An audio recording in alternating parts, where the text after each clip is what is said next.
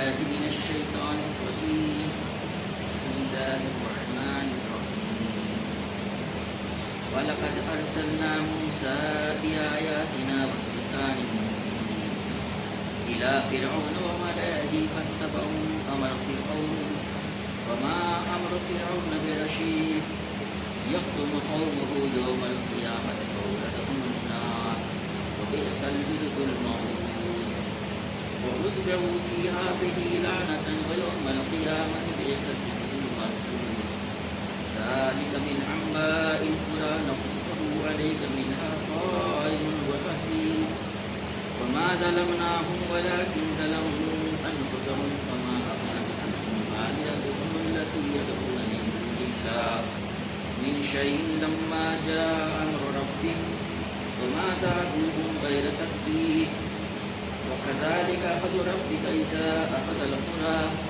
وهي ظالمة إن أخذه أليم شديد إن في ذلك لآيات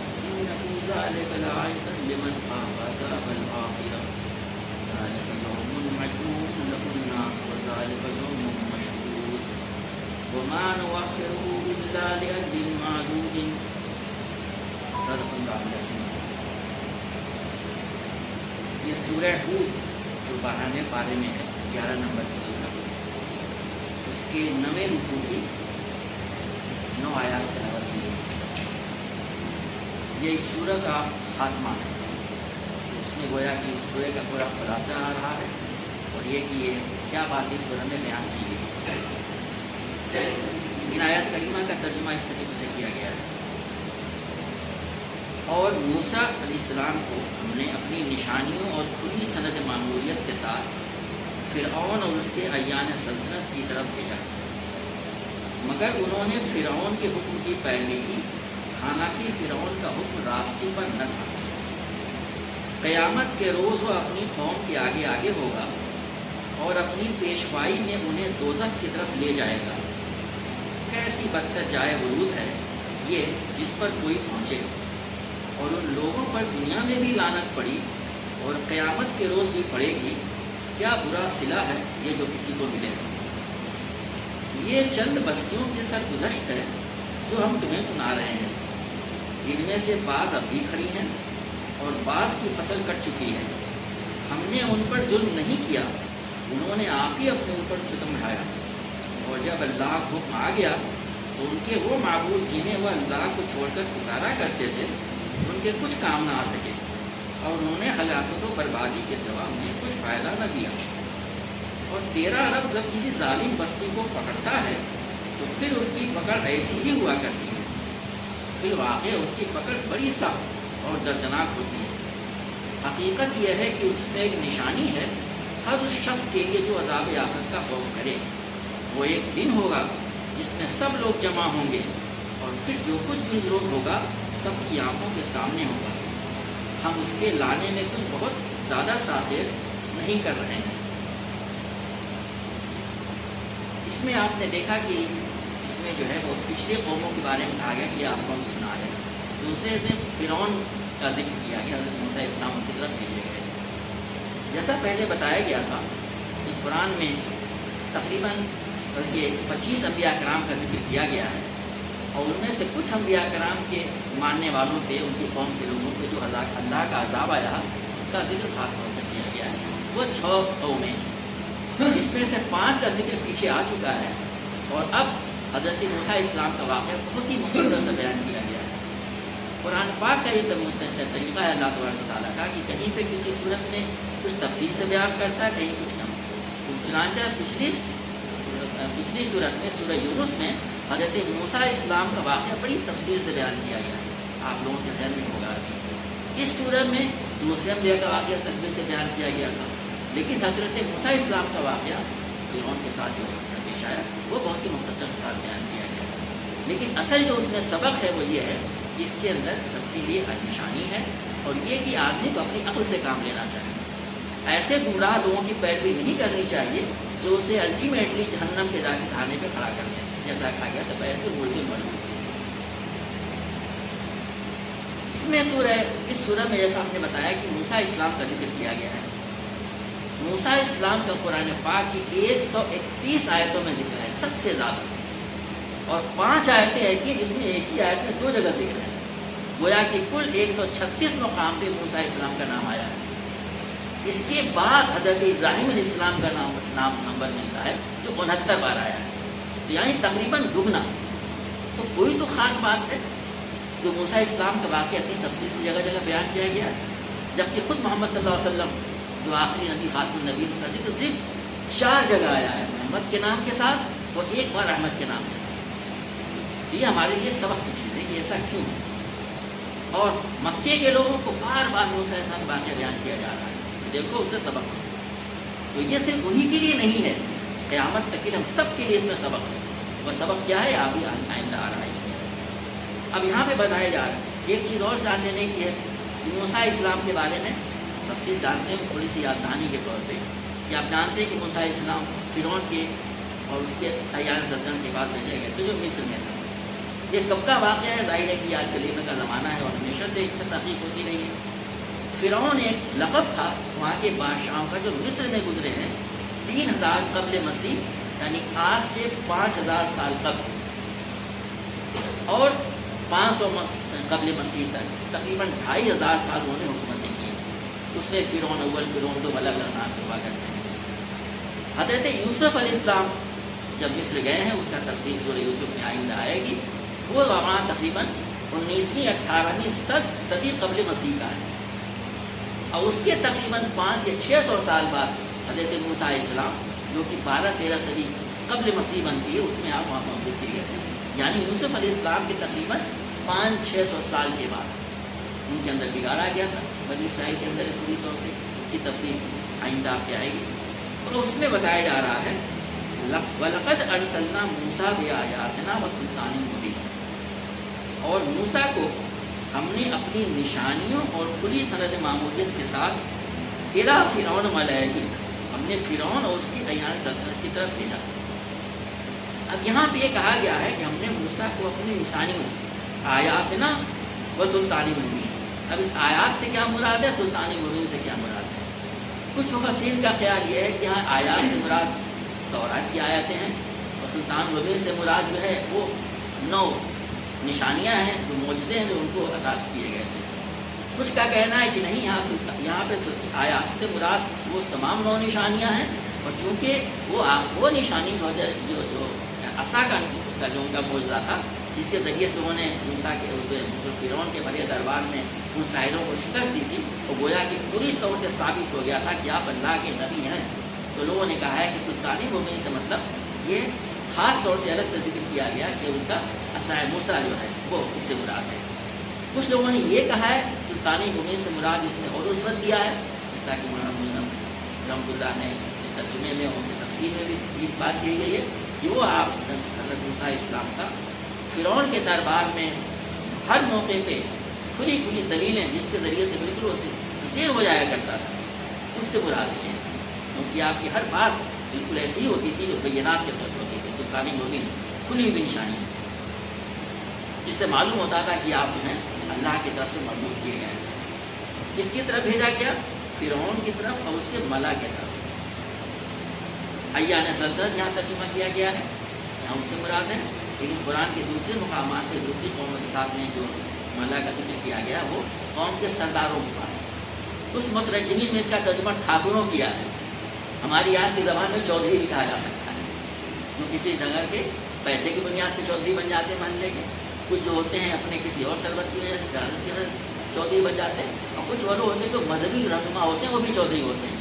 ہر قسم کے کیسے ہوں گے ان کی طرف بھیجے گئے، یہ قرآن میں جگہ جگہ ذکر کیا گیا ہے۔ تو کیا ہونا چاہیے تھا؟ ایک آیت میں ذکر کیا گیا کہ آپ سلطان مبین کے ساتھ بھیجیں گے، بالکل واضح ہو گیا تھا کہ اب اللہ کے نبی ہیں، آپ جو بات کہہ رہے ہیں وہ اللہ کی سنت معمولیت کے طور پہ کہہ رہے ہیں، وہی حق ہے، اسی کی پیروی کی جانی چاہیے۔ لیکن کیا کیا انہوں نے؟ فَاتَّبَعُوا أَمْرَ فِرْعَوْنَ، لیکن انہوں نے فرعون حکم کی پیروی کی۔ چاہیے کیا تھا انہیں؟ حضرت موسیٰ علیہ السلام کے حکم کی پیروی کرتے ہیں، آپ جو ہدایت لائے تھے۔ فَاتَّبَعُوا أَمْرَ فِرْعَوْنَ وَمَا أَمْرُ فِرْعَوْنَ بِرَشِيدٍ، حالانکہ اس کی بات فرعون کا حکم راستی پر نہ تھا۔ کہا گیا ہے وَمَا أَمْرُ فِرْعَوْنَ بِرَشِيدٍ، رشت پر نہیں تھا. رشت پہ بات تو اس کی تھی حضرت موسیٰ علیہ السلام کی تھی. اب اس میں کیا سبق ہے؟ انسان کو پیروی کرنی چاہیے راستے کی بات کی، صحابت والی بات ہے، جو صحیح بات ہو، جو حق بات ہو، اس کو انہوں نے پیروی نہیں کی، بلکہ کس کی پیروی کی؟ فرعون کی پیروی کی، اس کو کوئی پیروی کی جو کہ بالکل غلط تھا، وہ ان کو غلط راستے پہ لے جا رہا تھا. اس میں سبق ہے کہ ہر شخص کو اس کا استعمال کرنا چاہیے. قرآن کے دوسرے مقامات میں صاف طور سے کہا گیا تم کو عقل نہیں دی گئی تھی، تم نے اپنی عقل کا استعمال نہیں کیا. یہاں پہ یہ بات نہیں کہی ہے، لیکن کہا گیا اس کا حکم راستے پہ نہیں تھا. تو کیا ہوگا اس کا نتیجہ؟ یکدم قومہ یوم القیامت فاوردہم النار. وہ جو ہے قیامت کے روز وہ اپنی قوم کے آگے آگے ہوگا اور اپنی پیشوائی میں انہیں دوزخ کی طرف لے جائے گا. جس طرح سے دنیا میں یہ ظالم لوگ، جابر لوگ اور یہ جو مستکبرین جو ہے لوگوں کی رہنمائی غلط کیا کرتے تھے اور لوگ ان کے پیچھے چلتے تھے بغیر ان کا استعمال کیے ہوئے، تو قیامت میں بھی قرآن میں یہ بات کہہ رہی کہ وہ ان کی جھنڈا لے کے اس کے پیچھے چل رہے ہوں گے. آپ نے دیکھا ہوگا کہ جب مختلف قسم کے گیمس اور پروگرامس ہوتے ہیں، اولمپکس ہوتے ہیں، ہر کنٹری کا ایک جھنڈا لیا آدمی آگے آگے بڑھتا ہے. دنیا میں بھی ایسے ہوتا ہے کہ جب کوئی پریڈ اور نمائش ہوتی ہے، ہر اسکول ہر کالج کے ایک الگ الگ بینر تلے لوگ جاتے ہیں. قیامت میں بھی ایسا ہی ہوگا کہ جتنے جو تھے دنیا میں تو لیڈر بنے ہوئے تھے، تو قیامت میں بھی اپنی لیڈرشپ میں ان لوگوں کو ساتھ لے جائیں گے. اور معاملہ صرف ان لوگوں کا ہی نہیں ہوگا، بلکہ قیامت کے بارے میں قرآن میں کہا گیا ہے دوسری جگہوں پہ، جس سے اندازہ ہوتا ہے کہ نیک لوگ جو ہوں گے، جو اچھے ہوں گے لوگ، جن کو حق اور راستے کی طرف جو لوگ رہنمائی کر رہے ہوں گے، ان کا معاملہ بھی یہی ہوگا کہ وہ اپنے پیرووں کو اپنے ساتھ ان کے جھنڈے کے نیچے لے کے چل رہے ہوں گے اور وہ ان کے ساتھ جنت کی طرف لے جائیں گے. ان کو دعائیں دے رہے ہوں گے کہ انہوں نے بڑی ہماری اچھی رہنمائی کی، ہم نے صحیح رہنمائی اختیار کی تھی. اس کے برخلاف یہ جو ہوں گے شرپسند لوگ ہوں گے، ان کے پیچھے جو لوگ جا رہے ہیں، جیسے فرعون ہے، اس کو لعنت ملامت کرتے ہوئے جائیں گے، ہمیں کہاں لے کے اس نے ڈھکیل دیا، اس طرح کی باتیں کریں گے. یہاں پہ کہا جا رہا ہے کہ وہ اس کو جو ہے ورد فوردہم النار، جہنم کی طرف ڈھکیل لے جائے گا. اور ادہم جو ہے آپ اردو میں وارد کہتے ہیں، وارد ہونا، کہیں پہ جانا، کہیں پہ پہنچنا. ورد کہتے ہیں ایسی جگہوں پہ جہاں پہ پانی پلانے کے لیے چرواہا جو ہوتا ہے اپنے لے جاتا ہے. آپ کو اندازہ ہوگا یہاں پہ تو ہر جگہ گھروں میں سب کے پانی موجود ہے، لیکن کھیتوں کا اور جنگلوں کا آپ تصور کریں جہاں پہ کوئی نل اور پانی بھی لگے ہوتے ہیں، اور جو چرواہے ہوتے ہیں جو اپنے ریوڑ کو پانی کی طرف لے جاتے ہیں. اگر آپ میں سے کچھ لوگوں نے کچھ ویڈیوز دیکھے ہو جنگلوں کے، اس میں دیکھیں گے کہ یہ ایک طرح کے جانوروں کا جھنڈ، وہ جو ہوتے ہیں بھینس بھی ہو سکتے ہیں، وہ ہرن بھی ہو سکتے ہیں، اور وہ جو طرح طرح کے جو جانور ہوتے ہیں شیر وغیرہ بھی ہو سکتے ہیں، اپنے اپنے جھنڈ کے ساتھ میں جاتے ہیں، ان میں کا لیڈر ہوتا ہے. لیکن یہاں پہ تو مراد یہ لیا گیا ہے کہ جو دنیاوی لیڈر تھے فرعون ہے، تو وہاں پہ لے آ کے کہاں لے جائے گا؟ جانا تو چاہیے تھا کہ اچھا یہ جو اس کے متبعین ہیں وہ تو سوچتے ہوں گے کہ آپ کو اچھی طرح لے جا رہا ہے. ظاہر ہے کہ جو ریوڑ اپنے چرواہے کے ساتھ جو پیچھے پیچھے چلتے ہیں تو ان کو یہی یقین ہوتا ہے کہ ہمیں جو ہے پانی کی طرف لے جا رہا ہے، جہاں میں جا کے ہماری پیاس بجھے گی. لیکن یہ لوگ جب اس کے پیچھے پیچھے وہاں پہنچیں گے تو وہاں کہاں پہنچائیں گے؟ جہنم پہ. وہی کہا جا رہا ہے یہاں پہ وہ ان کو لے کر کے نار پہ، جہنم پہ ان کو لے کے وارد ہو گئے. پھر کہا جا رہا ہے وہ بئس الورد المورود، کیسی بدتر جائے ورد ہے. اس سے تو بدتر جائے کیا ہو سکتی ہے کہ آدمی پینے کے پانی پینے کے لیے جائے اور پہنچے وہاں پہ آگ جلا کے برسات کے ختم کر دے. کہا کہ بئس الورد المورود، بہت ہی بری جگہ ہے ورود جس کو کوئی پہنچے، جہاں پہ کوئی پہنچایا گیا، کتنی بری جگہ ہے.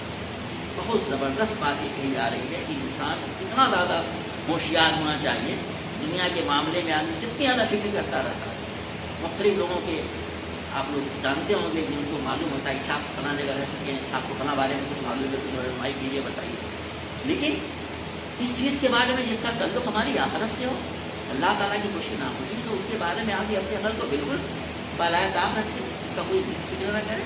اس کا نتیجہ یہی ہونے والا ہے. اسی لیے جو ہے نبی صلی اللہ علیہ وسلم نے ایک موقع پر فرمایا امرؤ القیس حامل الرواء وشعراء جاہلیت الی النار.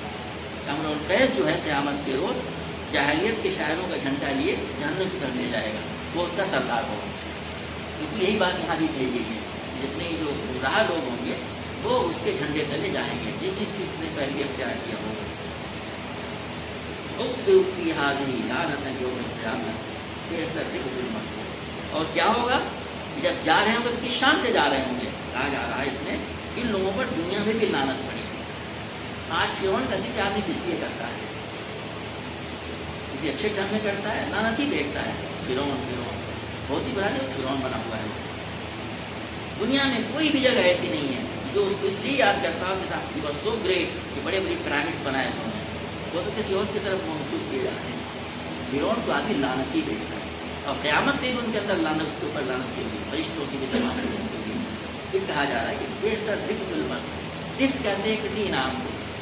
یہ اچھا انعام ہے کہ کسی کو برے ناموں سے یاد کیا جائے, کسی پہ لعنت پڑکار کی جائے, اور ہمیشہ کے لیے دنیا میں جب تک ہے دنیا تب تک, اور قیامت میں بھی اس پہ لعنت ہی کرتے.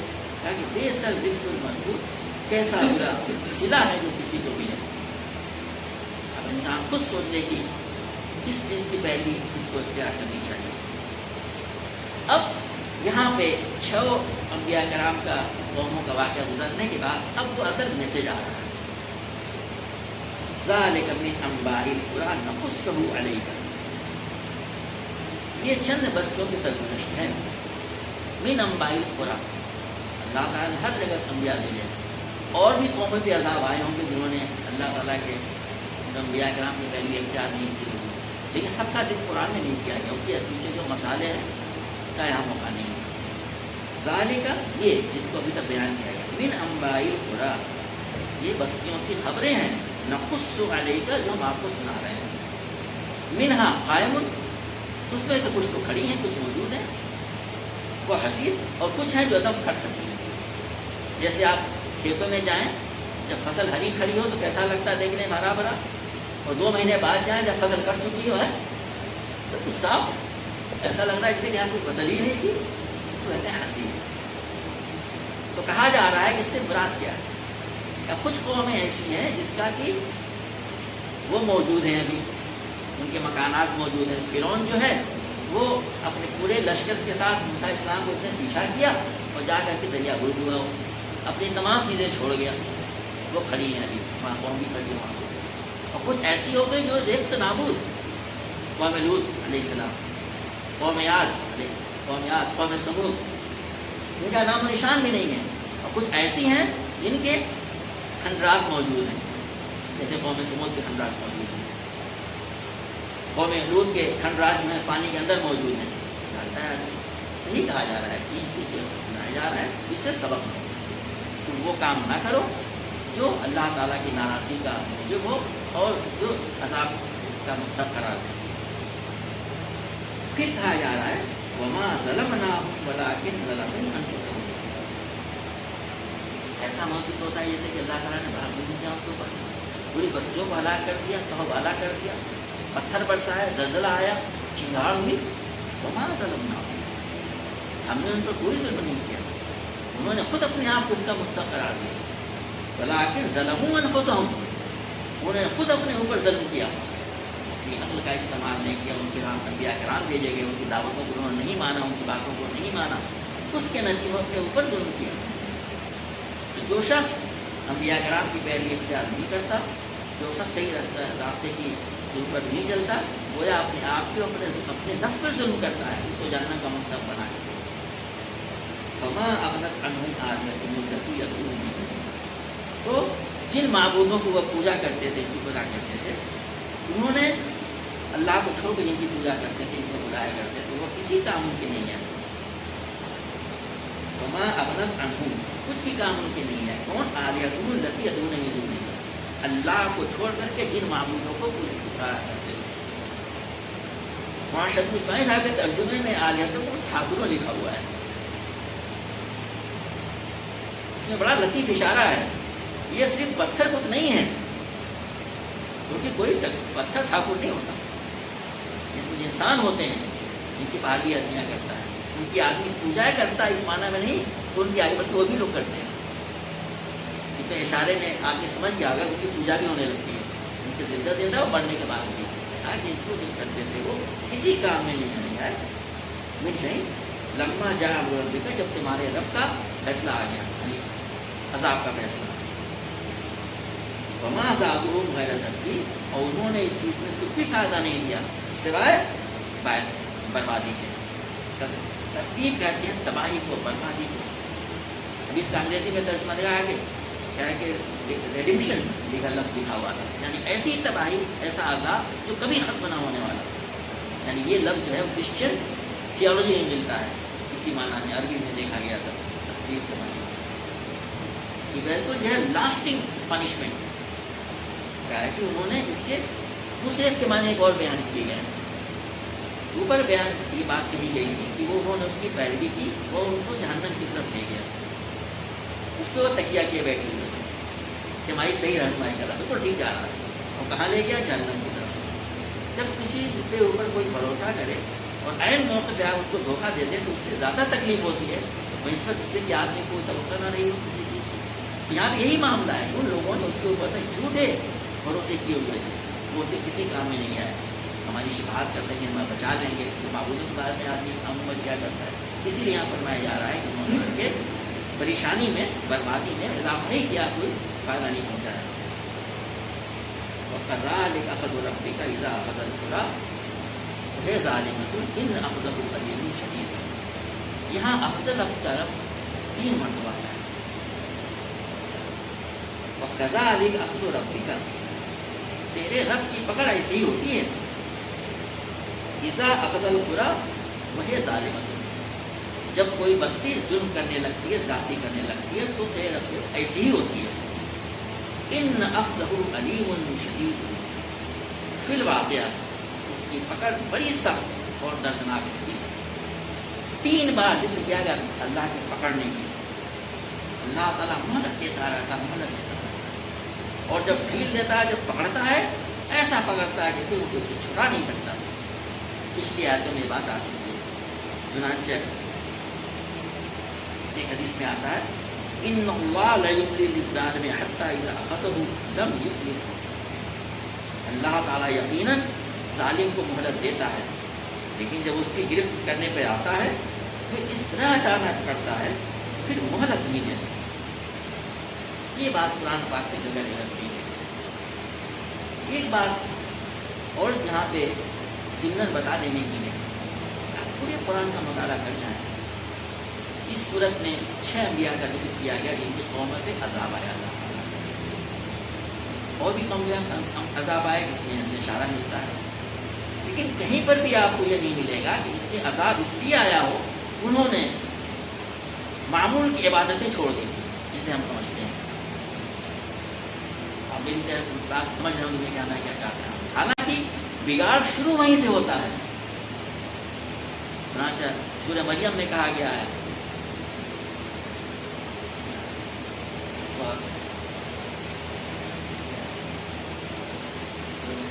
سجدے کی بات فوراً آیت آتی ہے.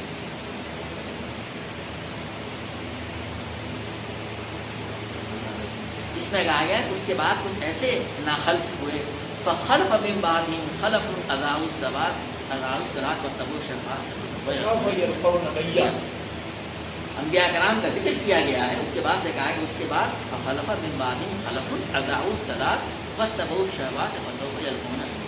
اس کے بعد ایسے ناخلف ہوئے انہی انبیاء کرام کی اولاد میں جنہوں نے نمازوں کو ضائع کیا اور شہوات کے پیچھے پڑ گئے، پھر ان کے لیے جو ہے بربادی ان کے لیے لازمی ہو گئی. تو آغاز یہیں سے ہوتا ہے، نماز کے ضیاع سے. لیکن انبیاء کرام کے پوری تاریخ پڑھنے سے اندازہ ہوتا ہے کہ اس وجہ سے عذاب اللہ نہیں بھیج دیا. اس کے بعد سے اخلاقی بگاڑ شروع ہوتا ہے.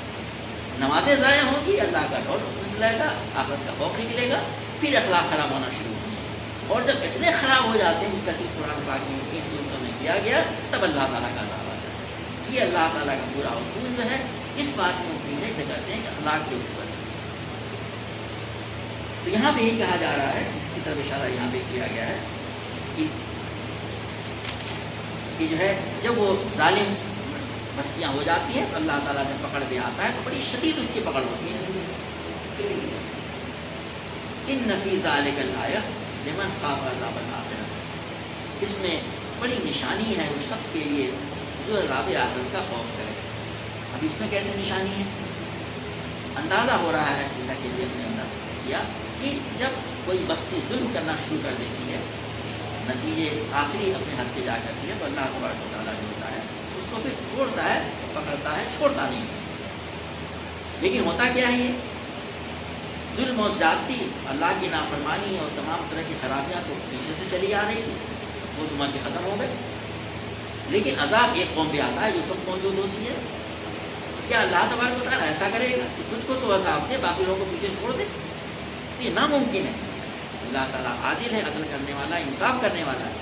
ایک روز ایسا آنا چاہیے جس میں تمام لوگوں کو جزا و سزا دی جائے. وہ لوگ جو بچ گئے تھے، جن کو جزا نہیں ملی وہ بھی، وہ جو سزا نہیں ملی وہ بھی.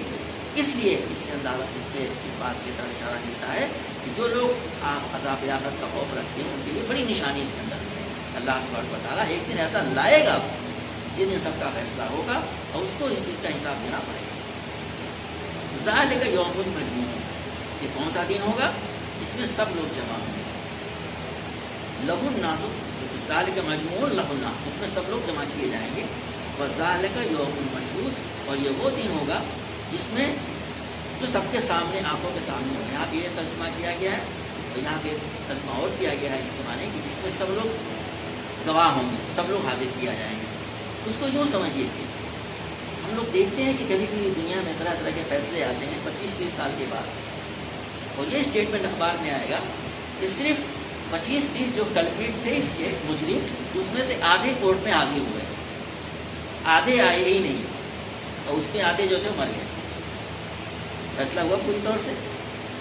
قیامت میں ایسا نہیں ہوگا، سب لوگ حاضر ہوں گے، سارے گواہ حاضر ہوں گے. یہ نہیں کہنے کو ہوگا کہ وہ ایبسینٹ ہو گئے، وہ آ نہیں سکے کسی مجبوری کی وجہ سے، ایسا کچھ نہیں ہوگا. اس معنی میں لیا گیا ذالک یوم مشہود، جس دن سب جمع ہوں گے، سب حاضر ہوں گے اور سب کی آنکھوں کے سامنے یہ فیصلے کیے جائیں گے. وہ سب دن ہے یہ، اور کیسا فیصلہ ہوگا وہ اگلی آیتوں میں آئے گا. اس میں کسی طرح کی کوئی شفاعت قبول نہیں کی جائے گی. پھر آگے فرمایا گیا وما نؤخرہ الا لأجل معدود، اور ہم اس کے لانے میں کچھ بہت زیادہ تاخیر نہیں کر رہے ہیں. تو اکثر سوال کیا کرتے ہیں قیامت کب آئے گا؟ نبی صلی اللہ علیہ وسلم نے فرمایا قیامت آنے والی ہے. 14 سال گزر یا 14.5 سال، ابھی بھی کچھ معلوم نہیں. سائنس کی بات کریں، جیولوجی کی بات کریں تو کہتے ہیں کہ صاحب دنیا ابھی اپنے مڈل میں ہے. مانیے مڈل کتنا ہے؟ یہ 4.5 کروڑ سال، 4.5 ارب سال. جیولوجی کے اسکیل میں فرماتے ہیں لوگ کہ 4.5 ارب سال دنیا قدیم ہے یہ زمین، اور ابھی 4.5 ارب سال اتنا اور چلے گی اللہ والا. لیکن اللہ تعالیٰ فرما رہا ہے کہ جو ہمارا وقت ہے وہ مقرر ہے. اس سلسلے میں نبی صلی اللہ علیہ وسلم کی ایک حدیث آتی ہے من مات فقط قامت قیامت کو، جب شخص مر گیا قیامت تو اس کی شروع ہو گئی. قیامت میں جو قرآن کی دوسری آیتوں سے معلوم ہوتا ہے کہ جب انسان اٹھے گا تو پوچھا جائے گا کتنے دن سے سوئے رہے؟ بس ایک دن ہے اس کا کچھ آگا. آپ خود دیکھیے جب اچھی نیند آتی ہے آدمی کو رات میں، صبح ہوتی ہے تو کچھ اندازہ ہوتا ہے ہم کتنی دیر سوئے جب تک آدمی گھڑی نہ دیکھ لے. اور اگر نیند نہ آئے تو گھنٹہ جو ہوتا ہے وہ دن معلوم ہوتا ہے. تو یہی معاملہ یہاں پر بھی ہے کہ جن لوگ انتقال ہو گیا مر گئے ان کے لیے تو قیامت شروع ہو گئی، اور اللہ تعالیٰ کے نوشتے میں لکھا ہوا ہے یہ جو قیامت میں کہا گیا ہے کہ ہم نے جو اس کو دن رکھا ہے یہ تو اللہ تعالیٰ کے معلوم ہے کہ کتنے دن میں قیامت آئے گی. اس کو بارے میں اس کو آدمی یہ نہ سمجھے کہ پتہ نہیں کب قیامت آئے، وہ بالکل گننا ہوا ہے اللہ تعالیٰ کی، وہ تو آگے رہے گی. آدمی اپنی فکر کرے اور ہمیں اپنے بارے میں کچھ بھی نہیں معلوم اگلے لمحے کیا ہوگا ہم کہوں گے. اور جو مرا من ماتا فقط قامت قیامت ہو، جو مر گیا اس کی تو قیامت شروع ہی ہو گئی، اس کا تو گویا کہ قیامت مارنا شروع ہو گیا. تو اس میں جو سبق ہمیں دیا گیا ہے وہ یہ کہ پچھلی قوموں کے حالات سے ہم سبق لیں، ہم اپنی عقل کا استعمال کریں، انبیاء کرام کو دعوت لے کے آئے، اور آخری اس کا ایڈیشن جو قیامت تک کے لیے قرآن پاک ہے اس کو ہم پڑھیں، اس کو سمجھیں، اس پہ عمل کریں. آخرت بالکل یقینی ہے، آخرت میں کن کن چیزوں کی باعث خوش ہونی ہے اللہ کے نے اپنی کتاب میں بیان فرما دی، اللہ کے رسول صلی اللہ علیہ وسلم نے بیان فرما دی، اور ایک امت کھڑی کر کے دکھا گئے جو ہماری اتباع کے لیے ہمارے نمونے کے لیے کافی ہے. اللہ تبارک و تعالیٰ ہم سب لوگوں کو قرآن پاک کو پڑھنے، عمل کرنے، اس کو سمجھنے عمل کرنے کی توفیق عطا فرمائے اور قرآن کی دعوت کو تمام لوگوں کو اٹھانے کی عطا فرمائے. ربنا لا تزغ قلوبنا بعد إذ هديتنا وهب لنا من لدنك اللهم إنا نسألك رضاك والجنة وإنا نعوذ بك من سخطك وعذاب النار. اللهم حبب إيمانك في قلوبنا ربنا لا تزغ قلوبنا بعد إذ هديتنا وهب لنا من لدنك. وصلى الله على سيدنا محمد وعلى آله